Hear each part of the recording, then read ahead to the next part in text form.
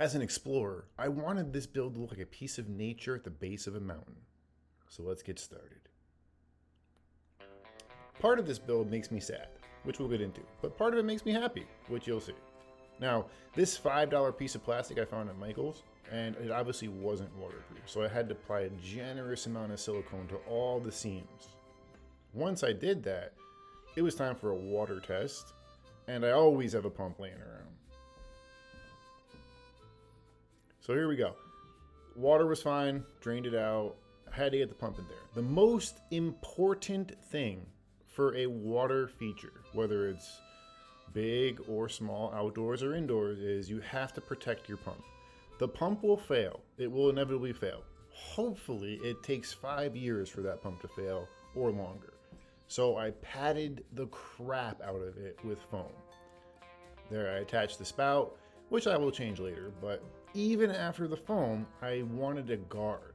So this is corrugated plastic, and I cut little slits in there, just enough on each side, and planted a screen so nothing's getting through that barrier.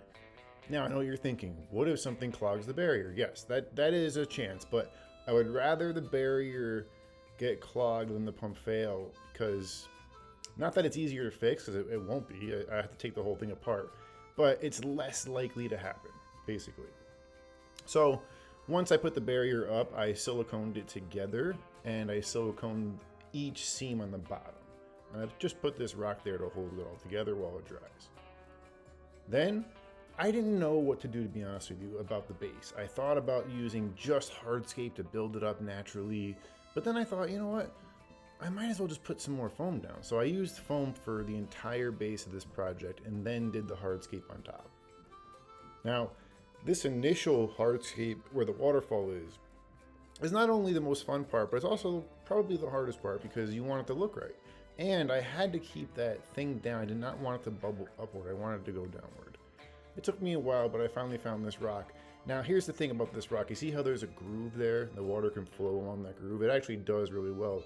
But it's a catch-22 because it flows straight. I should have angled it more towards the front because you'll see why later, but the water kind of trickles over that rock and then just disappears, so it's not really a stream, it's more of a straight pond. But it doesn't look bad, so I didn't really care to change it.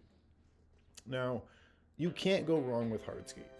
I say that almost every video. You can't go wrong with hardscape. It's as long as you think it looks good, then the hardscape is good. Now here's where people get crazy with water features. So I come from a pond, an outdoor pond building background, and we use this foam all the time. Actually, we use better foam. This great stuff is fine. It's not as good as Aquascape, or even Josh's Frogs now has their own foam. So I'm gonna use that in the future, I think. And usually when you build ponds, you have a gun, so the foam is controlled. And this great stuff, it's really hard to control, as you can see. It's not the end of the world, and I do it, but there is better options if you're willing to spend the money. Now, the foam serves two purposes. One, it points the water where you want it to go. So as soon as the water hits the dried foam, it moves, because water is going to go through the least resistance, right? So it hits the foam that's hardened, and it goes the other way. It serves as basically a rock. And the foam is maneuverable. So once it dries initially, you can push it down and shape it, which I've done here. So in my mind, this looks like an Adirondack river right now, where it's all lumpy and the water can flow through, crevices. But once you put the foam down, you have to use silicone on top of it. And I'm showing you this old project because number one, it's my favorite, but number two, I did the same thing for that project. I've done it for other projects too. And foam and then silicone on top of the foam is plenty good enough for a water feature that doesn't have animals in it. That's key. If this water feature was in a habitat where I had animals, I would probably do a lot more. But since this is a self-contained water feature with no living organisms in it besides the plants, it's fine just to get the water flowing in the direction. You're going to lose some over the edges. You're going to lose some in some creases that you didn't secure well enough. But it doesn't matter because it's still just going to be in the water feature. Now, once I foamed and siliconed, I started hiding it a little bit with some gravel. I don't like the look of this gravel. I know what you're thinking. You probably don't like it either because it looks a little bit orange. I don't like it either. But listen, in the grand scope of the end product, you're not really going to see it because number one, I'm going to moss the whole thing. Number two, algae is going to build up and the algae is going to cover it up.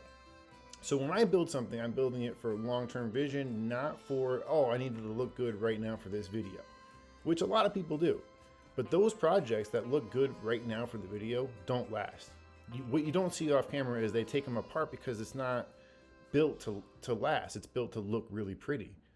And we can do that, but I want this to last, you know, like I said, until the pump gives out. And then I can take it apart and reuse the materials. But I want this thing to grow and evolve, and I want to look at it every day and say, oh man, look at that change. Oh, the plant grew. Oh, the moss is spreading. And oh, cool, the algae's there. You know, stuff like that. And if you're down for, you know, a Zen experience of building something and then watching it grow, then this is how you do it. So I put the gravel at the end, right, because I wanted it to be a little beach area next to that plant. Those two holes with the dirt that you saw are going to be the plants. And then after I had everything set, I siliconed it again all the way down to the end. There's a little pool there in the corner. And like I said, this doesn't serve so much as a river anymore. It's more like a babbling creek, or bubbling creek rather, because it really bubbles more than it babbles. And then I tried to hide it. So at the end here, I used dirt. I wanted the stream or creek to look darker there, and then I filled up the gravel on top. But I made a huge mistake. I used weed barrier, basically is what it is, geotextile material, as the base for the plants. And then I realized it's going to get soaking wet at all times. I don't mind it soaking wet, but I might not want it always to be soaking wet. So I had to remove the planting area and put in rubber. And this is just rubber I got from Home Depot. It's like a pond liner. FYI, you don't use this liner in a real pond. This is the crappiest stuff ever, but it works for something like this.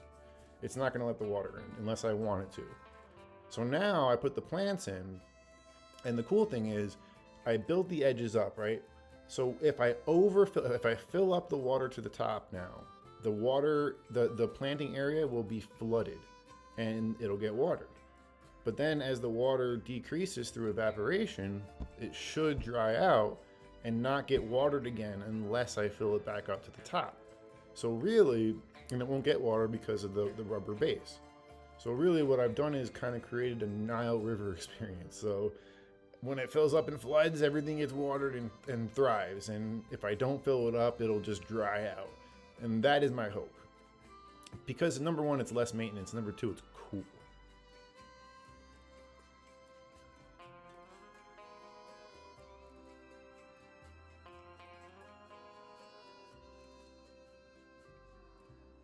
Okay, so once everything was cut to where I needed it, and everything was pretty, the edges were all secured, I just started putting the moss. And this is why I didn't really care about if the black was completely hidden, because I knew that my plants and hardscapes would finish the job for me. And even if it didn't right away, which it didn't, because in the end video, the B-roll footage, it's a couple weeks old already. So I knew that things would get hidden eventually. And that's what my point. You don't need it to be perfect right away. You just want it to look cool over time. And I'm not saying you have to wait a year. I mean, it could pay off if you want to, wait that long. But it doesn't need to be perfect that week. It could take a month and things will start to grow pretty quickly, especially in a water feature where they're constantly getting moisture. It's going to be pretty fast. So even up by the waterfall, there's still some foam you can see, but what I did was I used the bark to finish it off. And this is just orchid bark that I'm sprinkling on top of everything. And as you can see, it hides it pretty well. There's some rogue silicone, but that'll go away fast. Anyway, thanks for watching. If you have any questions, comment, and I'll see you next time.